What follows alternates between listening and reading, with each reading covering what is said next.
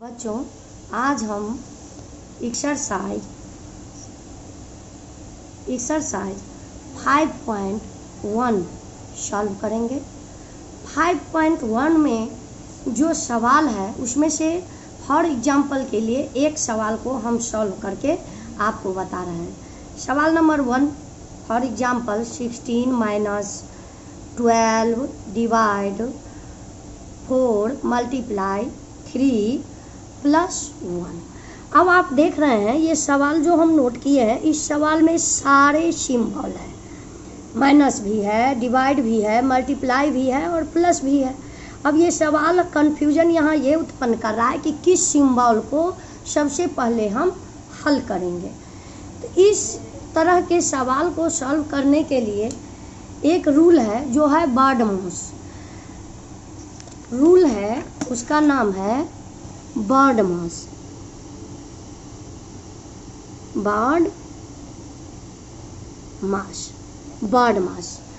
अब बर्डमास का full form क्या होता है ये हम आपको बता रहे हैं। B means bracket, BRACKET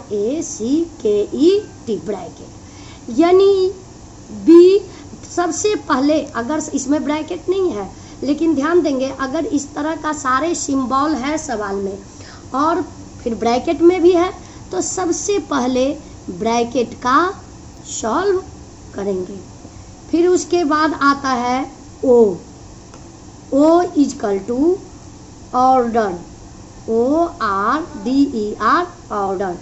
order आपका हो गया रूट, स्क्वायर, ETC। अब आपका आया डी इक्वल टू हो गया divide, DIVIDE divide. D equal to divide यानी डिवाइड का प्रक्रिया करेंगे। अब क्या आता है M इक्वल टू आपका हो गया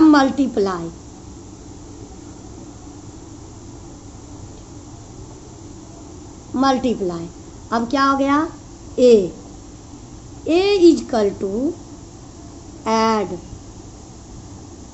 अब क्या रह गया S इक्वल टू सब्ट्रैक्ट,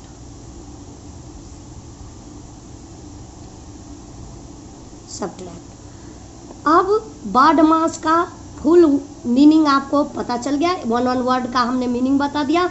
अब इस बर्डमास के रूल पे इस सवाल को हम सॉल्व करेंगे। देखिए D इक्वल टू डिवाइड, यहाँ आपको बताए सबसे पहले ब्रैकेट का होगा, फिर ऑर्डर, रूट, स्क्वायर, ETC का सॉल्व करेंगे। उसके बाद डिवाइड सिंबल का सॉल्व करेंगे। उसके बाद मल्टीप्लाई यानी मल्टीप्लाई की प्रक्रिया करेंगे। उसके बाद ऐड की प्रक्रिया करेंगे और सबसे लास्ट में हम सब्ट्रैक्ट की प्रक्रिया करेंगे। इसी ही बर्डमास कहते हैं और इसी बर्डमास के रूल से हम सवाल जो लिए हैं, सवाल नंबर 1 को सॉल्व करके आपको बताते हैं। अब यहाँ पे सवाल क्या है, 16 - 12 डिवाइड 4 मल्टीप्लाई 3 + 1, यही सवाल है, ऊपर आप देख रहे हैं। अब आप आइए, सबसे पहले दिया हुआ है ब्रैकेट, तो इस सवाल में ब्रैकेट है नहीं। ऑर्डर हो गया आपका रूट, स्क्वायर, तो इस सवाल में रूट स्क्वायर को कुछ है नहीं। तो क्या डी फॉर डिवाइड, यहाँ पे देख रहे हैं डिवाइड का सिंबल है। तो सबसे पहले हम इस डिवाइड की प्रक्रिया करेंगे। तो जब हम डिवाइड की प्रक्रिया किए तो 16 - 4 3 = 12 मल्टीप्लाई 3 + 1, इतना आ गया। अब आप क्या है M इक्वल टू मल्टीप्लाई। अब आप इस सवाल में देख रहे हैं यहाँ मल्टीप्लाई की प्रक्रिया यहाँ है। अब फिर किए 16 - 3 3 = 9 + 1। अब आप आइए A इक्वल टू ऐड। अब उसके बाद हम किसकी प्रक्रिया के, उसके बाद हम प्लस की भी थे, सबसे लास्ट में माइनस की प्रक्रिया होगा, ये ध्यान रखेंगे। तो इक्वल टू 16 माइनस 9 प्लस 1। तो जैसा कि आपको बताए हैं कि ऐड की प्रक्रिया करेंगे, सबसे लास्ट में सब्ट्रैक्ट की प्रक्रिया होगी। तो यहाँ पे देखिए, यहाँ पे +1 है और ये 16 जो है उसके पीछे भी सिंबल छिपी हुई है प्लस का, तो ये भी +16 है। तो पहले हमको किसकी प्रक्रिया करनी है, प्लस की। तो अब यहाँ पे हम क्या करेंगे, 16 + 1 - 9, ये दोनों प्लस की प्रक्रिया हो गई। तब इक्वल टू 17 - 9। अब किसकी प्रक्रिया करेंगे, सब्ट्रैक्ट की। सब्ट्रैक्ट ही सिर्फ बची गई, सबसे लास्ट में सब्ट्रैक्ट की प्रक्रिया होती है। तो ये आपका आ गया 17 - 9 = 8 आंसर। को समझने के लिए हम सवाल नंबर 2 भी सॉल्व कर देते हैं ताकि आपको पूरी तरह से समझ में आ जाए। सवाल नंबर 2 है 10 + 4 / 2 - 3 × 2 + 4 / 2 × 2 - 4।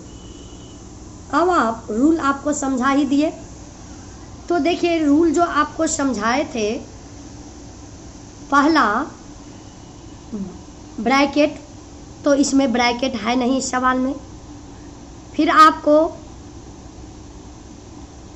रूट स्क्वायर भी इस सवाल में नहीं है, तो सीधे डी यानी कि डिवाइड। तो इस सवाल में आप देख रहे हैं कि डिवाइड की 2 सिंबल है। अब 2 सिंबल जो है, दोनों सिंबल को हमको एक ही बार में प्रक्रिया कर लेना है।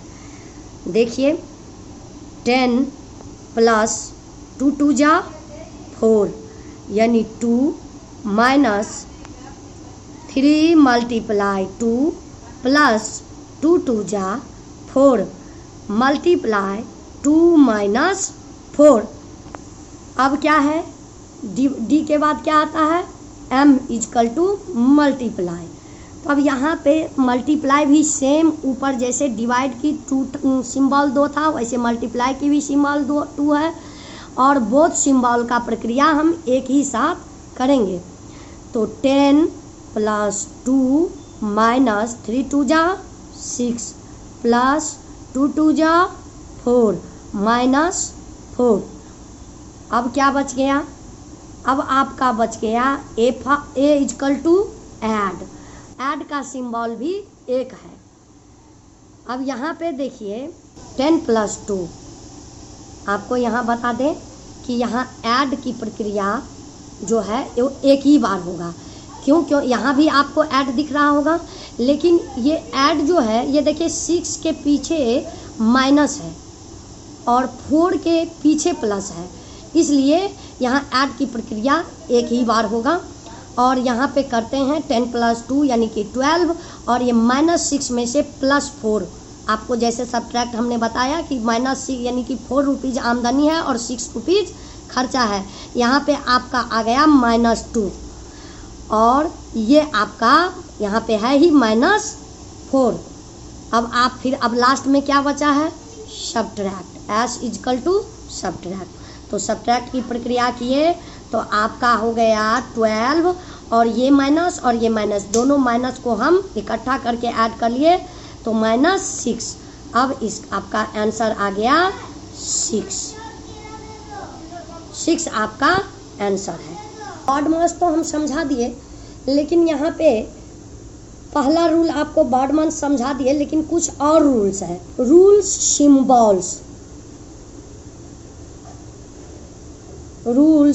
Of symbols.